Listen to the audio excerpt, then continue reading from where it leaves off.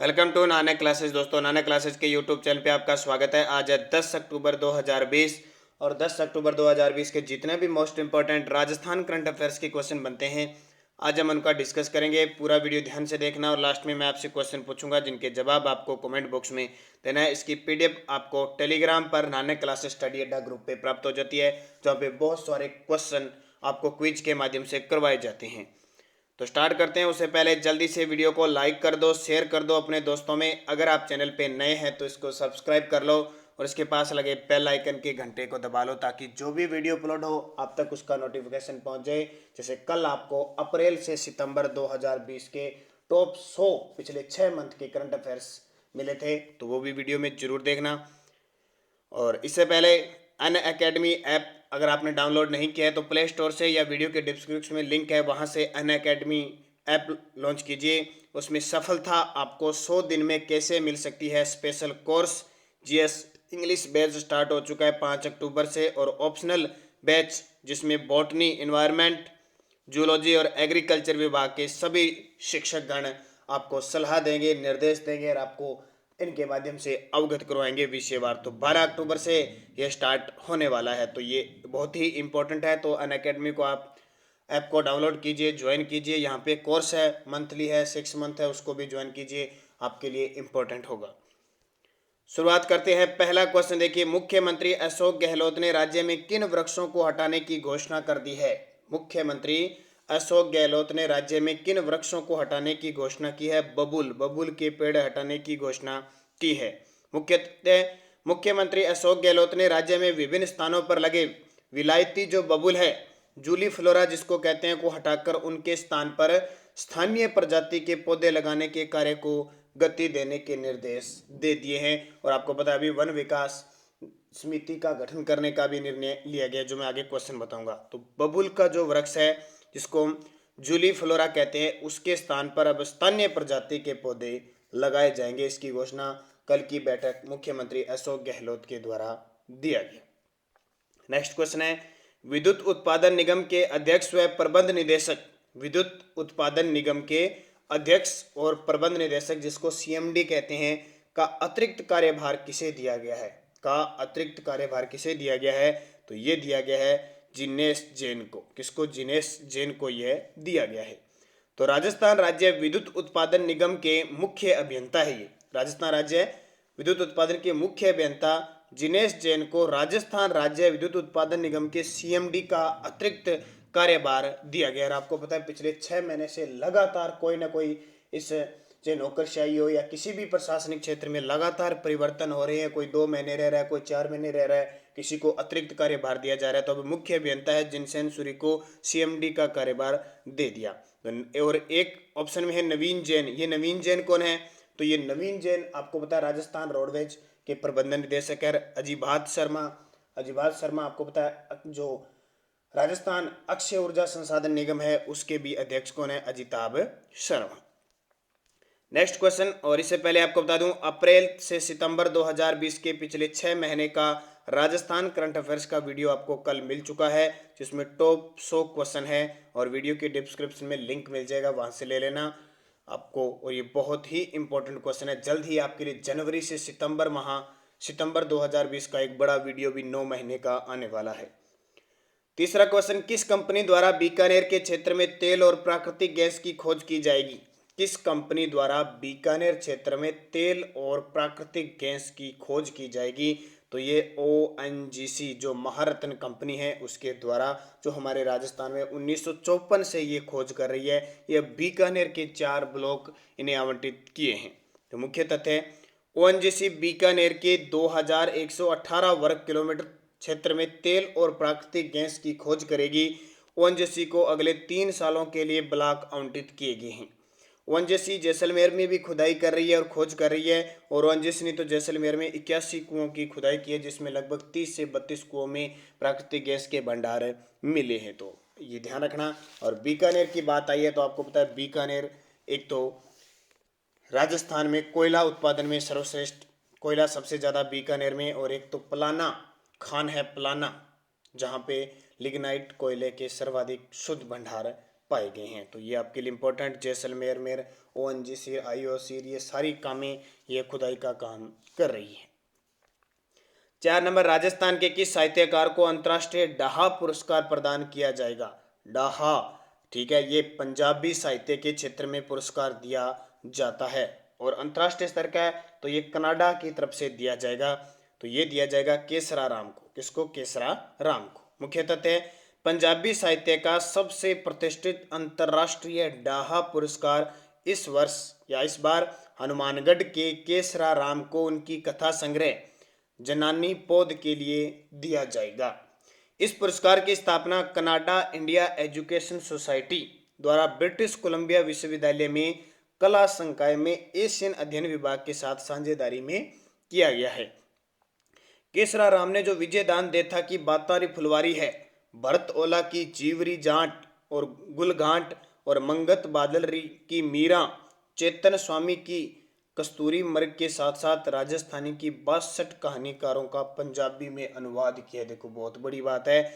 उन्हें यह अवार्ड 7 नवंबर को कनाडा के वैंकूवर में एक सामान्य समारोह में दिया जाएगा। तो ये आपके लिए इंपॉर्टेंट, कनाडा उत्तरी अमेरिका महाद्वीप में है और कनाडा की बात करें तो विश्व में क्षेत्रफल की दृष्टि से रूस के बाद दूसरा बड़ा देश है। ठीक है, तो किसको दिया जाएगा? केसरा राम हनुमानगढ़ के है। अंतर्राष्ट्रीय डाहा पुरस्कार पंजाबी साहित्य के अंदर दिया जाएगा। और जल्दी से वीडियो को लाइक कर दो। जिस विद्यार्थी ने लाइक नहीं किया है भूल जाता है, क्योंकि मैं देखता हूं 3 से 4 हजार विद्यार्थी देखते हैं और लाइक 500 का आंकड़ा नहीं जाता, इसका मतलब वो भूल जाते हैं। तो उसको याद कराने के लिए स्पेशल अब एक बटन आपके लिए कह दिया, लाइक ठोको, क्योंकि लाइक से जो ऊर्जा का संचार होता है, वास्तविकता से हमें पता लगता है कि हमने जो मेहनत की है क्या वास्तविकता में उसको पसंद किया जा रहा है। हाल ही में राजस्थान के किस शिक्षक को रिसर्च अवार्ड मिला है? हाल ही में राजस्थान के किस शिक्षक को रिसर्च अवार्ड मिला है? तो डॉक्टर सुनील इंदौरा को मिला है। तो श्री गोकुल वर्मा राजकीय पॉलिटिकल महाविद्यालय में कार्यरत डॉक्टर सुनील कुमार इंदौरा प्रवक्ता यांत्रिकी को भारतीय प्रौद्योगिकी संस्थान दिल्ली की ओर से सोलर थर्मल क्षेत्र में सर्वश्रेष्ठ प्रकाशित रिसर्च पेपर के लिए इन्हें यह अवार्ड दिया गया है। तो ध्यान रखना, कौन? डॉक्टर सुनील इंदौरा। एक नाम हो रहा है दिनेश कुमार खारा। ये दिनेश कुमार खारा कौन है? तो हमारे जो SBI सबसे बड़ा बैंक है, स्टेट बैंक ऑफ इंडिया, उसके अध्यक्ष महान यानी चेयरमैन बने हैं। ज्योतिषना भारद्वाज कौन है? ज्योतिषना भारद्वाज। तो ज्योतिषना भारद्वाज को एक कल ही मैंने आपको बताया था कि ज्योतिषना जो भारद्वाज है उन्हें एक अवार्ड मिला था।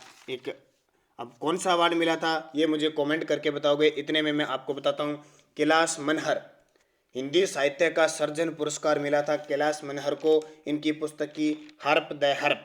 और ये आपको पता है कि ज्योतिषना भारद्वाज को INSSC यंग अचीवर अवार्ड से सम्मानित किया गया था। जयपुर की है ये। नेक्स्ट क्वेश्चन की बात करें, ट्रेवल्ड एंड लेजर मैगजीन के 25वें एडिशन में राजस्थान के कौन से 2 शहर पर्यटन शहरों में शामिल हुए हैं? ट्रेवल एंड लेजर मैगजीन के 25वां एडिशन आया, उसमें सिर्फ राजस्थान के 2 पर्यटन शहरों को शामिल किया गया है। तो वो है जयपुर और उदयपुर को शामिल किया गया। किस किस को? जयपुर और उदयपुर को शामिल किया। मुख्य तथ्य है, जयपुर को तो इसमें 14वां स्थान मिला है और उदयपुर को इसमें 7वां स्थान मिला है। नेक्स्ट है, राजस्थान के किन जिलों में ट्राइबल यूथ हॉस्टल व कैरियर सेक्टर बनाए जाएंगे? ट्राइबल यानी जनजातीय क्षेत्र, जनजातीय क्षेत्र में यूथ यानी युवा हॉस्टल और कैरियर सेक्टर बनाए जाएंगे। तो एक बार फिर नाम आ गया जयपुर और उदयपुर का। मुख्य तथ्य देखिए, जनजातीय क्षेत्रीय विकास विभाग की ओर से जयपुर और उदयपुर जिला मुख्यालय पर 13 करोड़ की लागत से ट्राइबल यूथ हॉस्टल व कैरियर सेक्टर बनाए जाएंगे। इनके निर्माण से जो प्रतियोगी परीक्षाओं की तैयारी कर रहे जनजाति विद्यार्थियों को सुविधा प्राप्त हो सकेगी। कहाँ पे? और सबसे ज़्यादा जनजाति कहाँ पे रहती है? उदयपुर में रहती है। तो ये भी आपके लिए इंपॉर्टेंट है। इससे जो प्रतियोगी परीक्षाओं में तैयारी कर रहे जो जनजाति विद्यार्थी है उनको सुविधाएं प्राप्त होगी। तो 13 करोड़ की लागत से जयपुर और उदयपुर में ये स्थापित किया जाएगा। तो ये आपके लिए इंपॉर्टेंट क्वेश्चन है। नेक्स्ट है, विश्व की दूसरी सबसे लग्जरी रेल यात्रा का सम्मान देश के किस राज्य की रेल को मिला? ये बहुत बड़ी बात है। विश्व की दूसरी सर्वश्रेष्ठ लग्जरी शाही रेल यात्रा का सम्मान, सम्मान वैसे नहीं है, सम्मान देश की किस राज्य की रेल को मिला? शाही रेल को मिला, हमारे राजस्थान की। तो बहुत बड़ी बात है। मुख्य तथ्य देखिए, राजस्थान की शाही रेल पैलेस ऑन व्हील्स को दुनिया की दूसरी लग्जरी यात्राओं वाली रेल का सम्मान होने का गौरव मिला है। अब देखिए बात कि प्रदेश की शाही रेल पैलेस ऑन व्हील्स, कौन सी? पैलेस ऑन व्हील्स को दुनिया की दूसरी लग्जरी यात्राओं वाली रेल का सम्मान होने का गौरव मिला है और उसे अंक मिले हैं 96.85, 96.85। और बड़ी बात देखो, प्रथम कौन सी है? प्रथम है यूरोप की ओरिएंट एक्सप्रेस, यूरोप की ओरिएंट एक्सप्रेस, जिसको अंक मिले हैं 96.95। तो ये देखिए बहुत ही कितने पास का आंकड़ा है। पहले नंबर पे, दूसरे नंबर यूरोप की ओरिएंट एक्सप्रेस, और विश्व में दूसरी सर्वश्रेष्ठ लग्जरी रेल यात्रा का सम्मान हमारे राजस्थान की रेल पैलेस ऑन व्हील्स को मिला है। तो ध्यान रखना। अब मिला क्यों है? रेल के शाही सफर, इसकी सर्विसेज और गुणवत्ता आदि के लिहाज से यह सम्मान मिला है। और विश्व की प्रसिद्ध पर्यटन पत्रिका कोंडे नास्ट की ओर से पर्यटन क्षेत्र में रीडर्स चॉइस सर्वे के आधार पर किया गया। तो ये बहुत बड़ी बात है। और आपको बता दो, इस रेल ऑन यानी पैलेस ऑन व्हील्स की जो स्थापना हुई थी वो 1982 में हुई थी। उत्तर पश्चिमी रेलवे और आरटीडीसी के द्वारा यह चलाई जा रही है। एक और आपको पता है, राजस्थान में फेरी क्वीन चलती है। फेरी क्वीन वो 2003 से चल रही है। और एक चल रही है राजस्थान रॉयल्स ऑन व्हील्स 2009 से। ये तीनों ही उत्तर पश्चिमी रेलवे और आरटीडीसी के द्वारा संचालित की जा रही थी। ये बहुत बड़ी बात है। पर्यटन, अब आपको पता है पर्यटन का सिस्टम बंद हुआ है कोरोना महामारी की वजह से, लेकिन एक बड़ी खबर यहाँ से आई है। पहले यूरोप की है और दूसरी हमारे राजस्थान की है। तो राजस्थान के पर्यटन आरटीडीसी प्रमुख सचिव है आलोक गुप्ता। नेक्स्ट है, राजस्थान में तिलम संघ का विलय किस संस्था में किए जाने की घोषणा की गई है? राजस्थान में तिलम संघ का विलय किस संस्था में किए जाने की घोषणा की गई है? तो ये राजफेड के अंदर। किसके अंदर? राजफेड के अंदर। अब ये तिलम संघ, तो तिलम संघ क्या है? तो तिलम संघ ध्यान रखना, राजस्थान राज्य सहकारी तिलहन उत्पादक संघ है। राजस्थान राज्य सहकारी तिलहन उत्पादक संघ लिमिटेड है। तिलहन की फसलों को बढ़ावा देने के लिए, उनके व्यापार वाणिज्य को बढ़ावा देने के लिए यह स्थापना की गई है। अब क्या है, थोड़ी सी पहले बात कर लेते हैं। 167 करोड़ रुपए के घाटे में चल रहे तिलम संघ का राजफेड में विलय हो गया। एक तो कितने? 167 करोड़। आपको पता होना चाहिए हमारे राजस्थान के सहकारिता मंत्री कौन है? उदयलाल अंजना। ठीक है। अब बात आती है 1991 से पहले तिलम संघ राजफेड का ही अंग था। अब वापस विलय किसमें किया? राजफेड में। और राजफेड की स्थापना कब हुई थी? 1957 में हुई थी। राजस्थान राज्य सहकारी क्रय विक्रय संघ। राजफेड का पूरा नाम क्या है? राजस्थान राज्य सहकारी क्रय विक्रय संघ। अब देखो, 1991 से पहले ये तिलम संघ राजफेड का ही अंग था, लेकिन विश्व बैंक की शर्त के आधार पर 1991 में इसको राजफेड से अलग कर दिया। ठीक है। 2008 से तिलम संघ जो है वो तीन उत्पादन कोटा, श्रीगंगानगर और फतेहनगर के जो संयंत्र है वो बंद पड़े हैं, लगातार घाटे में चल रही है। इसलिए राज्य सरकार ने तिलम संघ को राजफेड में विलय करने का निर्णय लिया है। तो ये याद रखना। नेक्स्ट क्वेश्चन है, राजस्थान राज्य वन विकास निगम गठित करने की घोषणा किसके द्वारा की गई? अभी मैंने आपको बताया था, राज्य वन विकास निगम गठित करने की घोषणा मुख्यमंत्री अशोक गहलोत के द्वारा की गई है। तो राज्य में वनों की उत्पादकता बढ़ाने, इमारती लकड़ी, बांस और लघु वन उपज के उत्पादन में वृद्धि के लिए इस वर्ष बजट में राजस्थान राज्य वन विकास निगम गठित करने की घोषणा की है। और मुख्यमंत्री अशोक गहलोत ने घोषणा की है कि 3 माह के अंदर इस निगम का गठन हो जाना चाहिए। तो लाइक शेयर दबाते रहना, खुश करते रहना, यूट्यूब चैनल सब्सक्राइब। हाल ही में चर्चित गलवा बांध किस जिले में स्थित है? ये छोटे छोटे बांध है ना, इस तरह के ज्योग्राफी में क्वेश्चन आ जाते हैं कई बार, और हम किताबों में ढूंढते रहते हैं, पता नहीं क्योंकि करंट में होते हैं। तो गलवा बांध किस जिले में स्थित है? तो टोंक में है। गलवा बांध कहाँ पे है? टोंक जिले में स्थित है, उनियारा क्षेत्र में ये है, बस इतना ध्यान रखना। और एक बिशलपुर बांध आपको पता ही है, टोंक के अंदर है, और गलवा बांध टोंक के अंदर है। ये पानी की समस्या को लेकर हाल ही में इसके ऊपर चर्चा की जा रही है, तो मैंने आपको बता दिया। अब पिछले वीडियो का क्वेश्चन था, विश्व कपास दिवस कब मनाया जाता है? तो 7 अक्टूबर को विश्व कपास दिवस बनाई जाती है। 5 अक्टूबर को विश्व शिक्षक दिवस, विद्यार्थी दिवस बनाया गया था अभी कुछ दिन ही पहले। विश्व शिक्षक दिवस बनाया गया था। और 2 अक्टूबर को गांधी जयंती बनाई गई थी।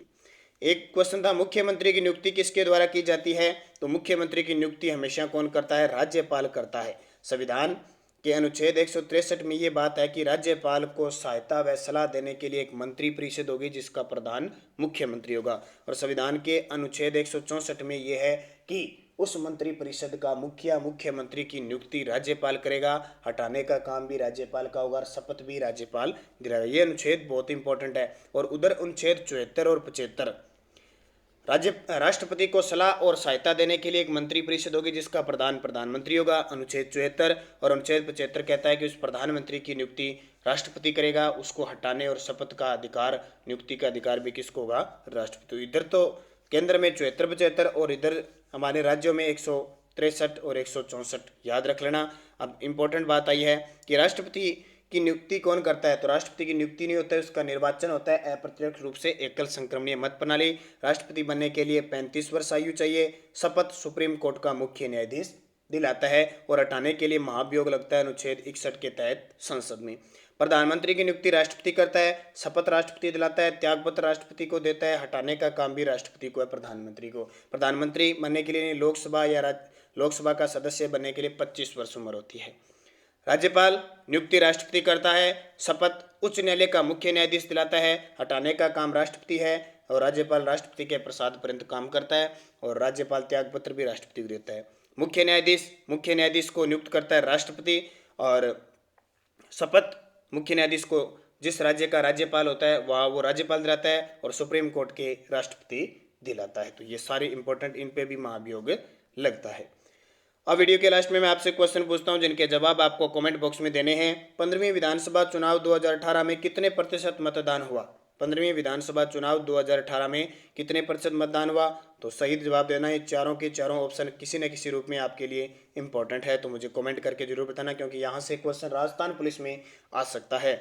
और एक क्वेश्चन इंडिया लेवल का मैंने आपसे पूछ लिया, जो पीटीटी में क्वेश्चन पूछा गया था, बंगाल विभाजन कब हुआ। 1901, 1905, 1907, 1911। ये चारों के चारों ऑप्शन किसी न किसी रूप से संदर्भित है। और जब बंगाल का विभाजन हुआ था उस समय हमारे देश के वायसराय कौन थे, ये भी कमेंट करके बताना है। और एक राजस्थान करंट अफेयर्स की आज शाम 6 बजे आपको ये क्लास मिलेगी। और कांस्टेबल महिला बाल विकास का एक वीडियो मिल चुका है, जल्द ही 2 दिन बाद आपको एक वीडियो और मिल जाएगा। और पूरे सितंबर महीने का वीडियो, ये सब डिस्क्रिप्शन में लिंक है, वहाँ से आप देख सकते हो। वीडियो बहुत ही इंपॉर्टेंट है। वीडियो को लाइक शेयर जरूर करें और इसकी पीडीएफ आपको टेलीग्राम पर नानक क्लासेस स्टडी अड्डा ग्रुप में प्राप्त हो जाती है। धन्यवाद। जय हिंद, जय भारत।